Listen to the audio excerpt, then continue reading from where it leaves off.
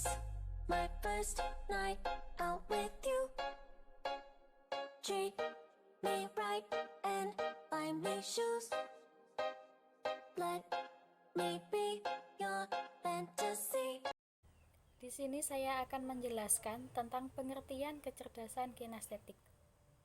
Kecerdasan kinestetik adalah kemampuan yang menggunakan seluruh anggota tubuh untuk memanipulasi objek dan menciptakan gerakan yang mencakup keterampilan khusus seperti koordinasi, keseimbangan, ketangkasan, kekuatan, fleksibilitas, dan kecepatan. Selanjutnya, saya akan menjelaskan tentang indikator-indikator kecerdasan kinestetik. Menurut Anita, pada tahun 2011, halaman 25, adapun indikator kecerdasan kinestetik anak usia dini yang menurut usia, yaitu pada anak usia 4-5 tahun, anak pada usia 5-6 tahun. Pada anak usia 4-5 tahun, anak mampu berjalan lurus pada satu garis, berjalan mundur tanpa melihat ke belakang, anak mampu berlari, anak mampu memanjat dengan pijakan, anak mampu lompat, anak mampu loncat, melempar bola, menangkap bola, menyepak bola, dan anak mampu mengikuti gerakan sederhana seperti berdiri dan membungkuk. Pada usia 5-6 tahun, anak mampu bergerak sesuai instruksi. Anak mampu melempar bola ke arah yang ditetapkan, menangkap dan melempar bola dengan cepat, gerakan berpindah dengan zigzag, anak mampu loncat sejauh 1 meter, lompat setinggi 40 cm. Melompat untuk menjangkau benda ke atas atau ke depan. Anak mampu menyepak bola ke arah yang ditentukan, dan anak mampu berlari dengan seimbang dan dapat berhenti secara tiba-tiba.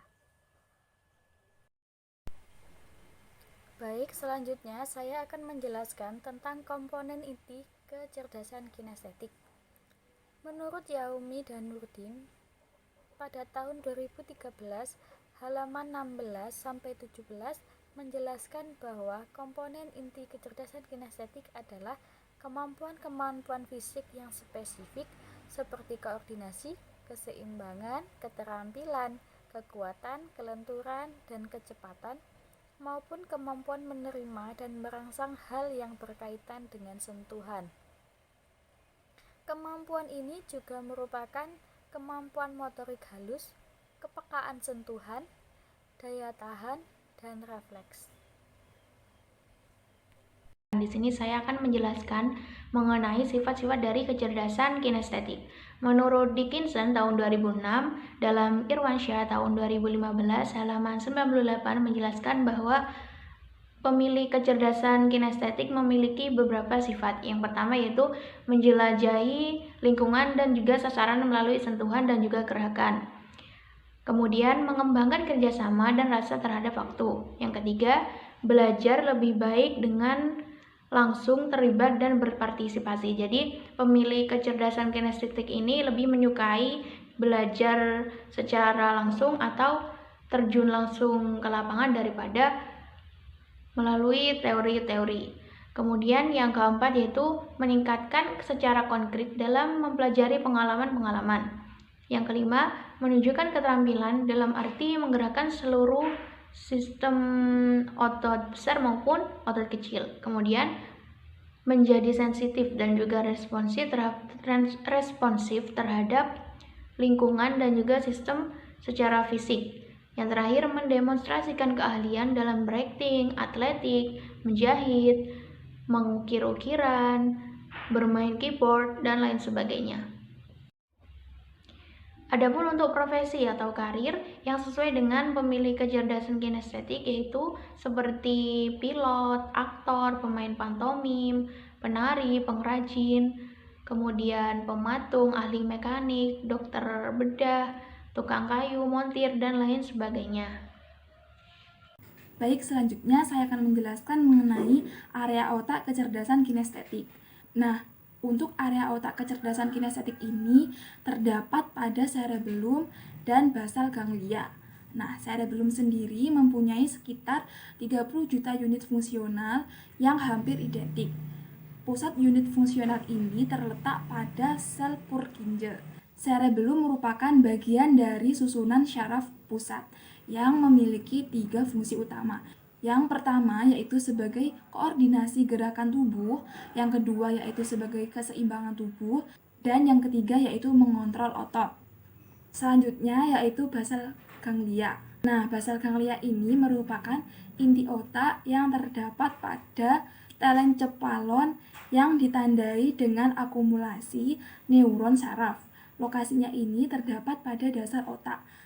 Fungsi basal ganglia ini merupakan sebagai peraturan gerakan, yang kedua yaitu mempelajari keterampilan baru, dan yang ketiga yaitu menerima informasi. Baik, selanjutnya saya akan menjelaskan mengenai pola tumbuh kembang. Nah, jika kita berbicara tentang tumbuh kembang, kita akan teringat masa lalu, yaitu kita dilahirkan mulai dari bayi hingga sekarang kita sudah menjadi dewasa. Nah, sebenarnya apa sih pengertian tumbuh kembang itu? Pertumbuhan merupakan sebuah proses bertambahnya volume, massa, ataupun ukuran. Misalnya meliputi perubahan fisik, peningkatan jumlah sel, dan perubahan ukuran. Sedangkan perkembangan yaitu yang berkaitan dengan pematangan dan penambahan kemampuan fungsi organ pada tubuh kita. Baik, di sini saya akan menjelaskan mengenai bentuk karya seni rupa terapan Nusantara. Bentuk seni rupa terapan Nusantara dikutip dari situs Kementerian Pendidikan dan Kebudayaan atau Kemendikbud. Karya seni rupa terapan di Indonesia sangat beragam dengan aneka jenis bentuk, teknik, dan fungsi pembuatannya. Bentuk karya seni rupa terapan Nusantara memiliki berbagai macam, salah satunya yaitu arsitektur. Arsitektur adalah salah satu bentuk seni dalam pembangunan rumah, masuk ke dalam seni terapan yang sering ditemui. Contohnya seperti desain dan bentuk pembuatan bangunan gedung, pembuatan rumah, serta sekolah. Yang kedua yaitu dekorasi. Dekorasi merupakan jenis seni rupa terapan yang fokus pada menghias suatu ruangan yang lebih indah daripada yang sebelumnya. Yang sering kita temui beberapa acara pertunjukan, perkawinan, pameran, dan acara lainnya. Yang ketiga yaitu seni ilustrasi, yang keempat seni grafis, yang kelima pameran, dan yang kelima pagelaran. Selanjutnya yaitu aktivitas belajar untuk menstimulus. Berikut adalah 5 aktivitas permainan yang mampu menstimulus perkembangan otak anak di usia 3-5 tahun. Yang pertama yaitu bermain balok.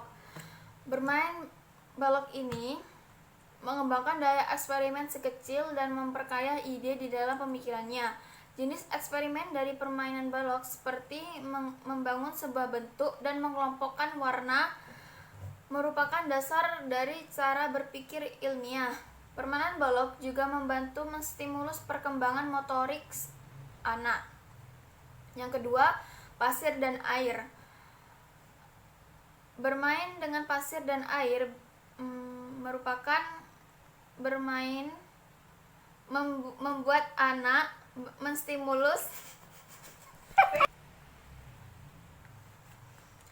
aktivitas bermain air dan pasir ini akan membuat anak belajar tentang volume, tekstur, cairan, dan kepadatan.